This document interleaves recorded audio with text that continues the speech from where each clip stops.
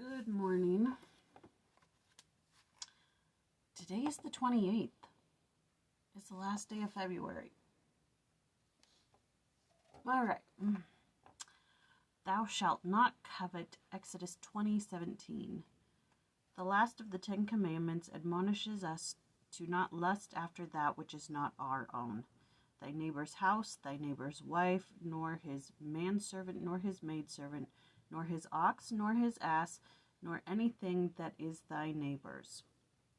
Elder Jeffrey R. Holland said, most thou shalt not commandments are meant to keep us from hurting others, but I am convinced the commandment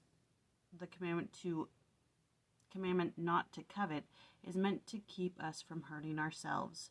We die a slow spiritual death as we covet. We are halted in our progression as we yearn for possessions and prestige that others may enjoy. We hurt ourselves here and thereafter, for when we covet, we cannot feel the peace which passeth understanding.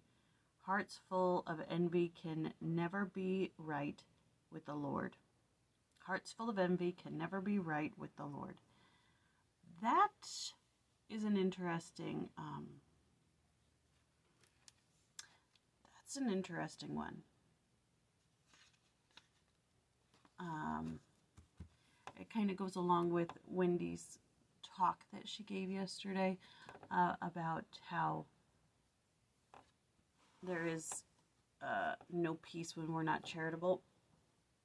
And when we're envying what other people have, there's no way we can be charitable.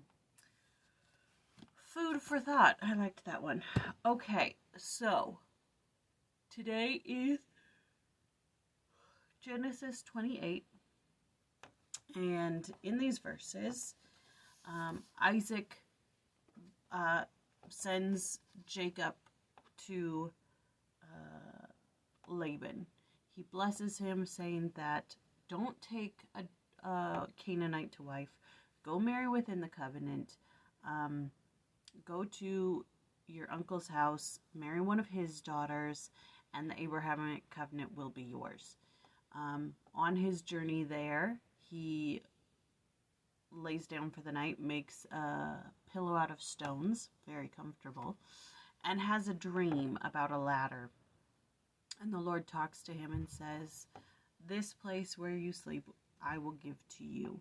And then the Abrahamic covenant blessings are made, and when he awakes, he says, surely God is in this place, and I had no clue.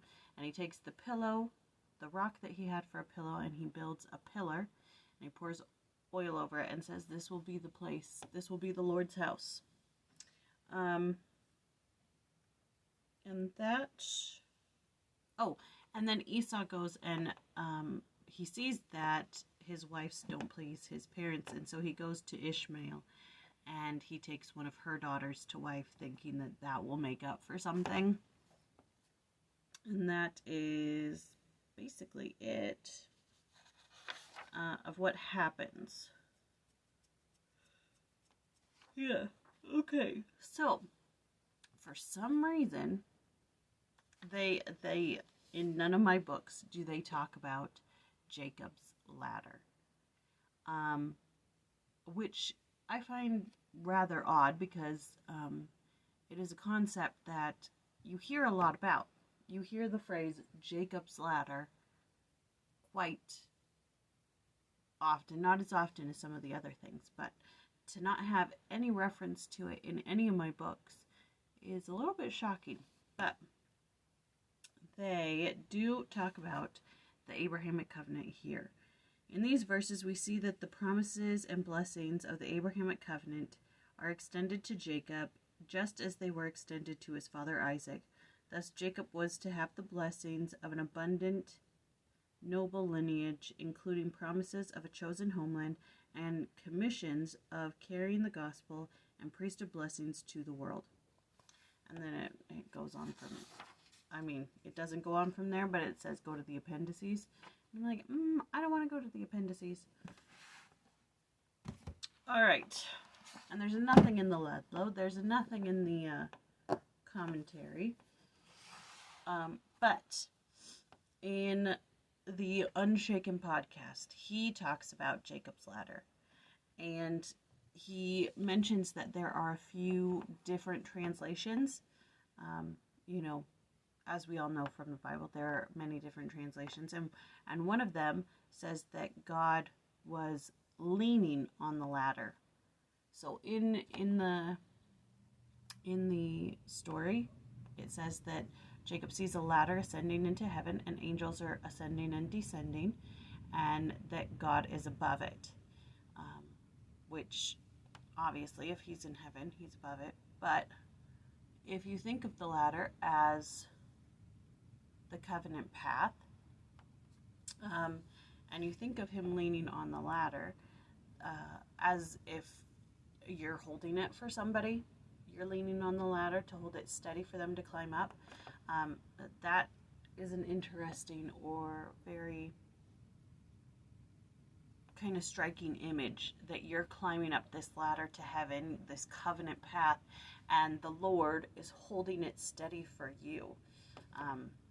That's one way that one translation looks at it. Another one is that he was above it and beside it, so God is everywhere type situation. He's there at the top encouraging you on. He's there all around you, like encouraging you on, that sort of thing. But he also, in the podcast, he talks about how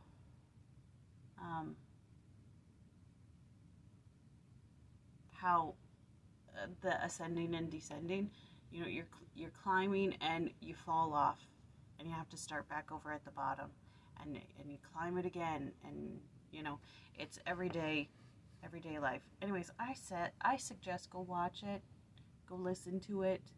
It's really good. I think I'm gonna try to listen to it again, just because I listened to it like 2-3 days ago.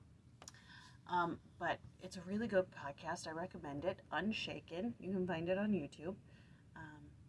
Because without it, I would have nothing to talk about today. But anyways, okay.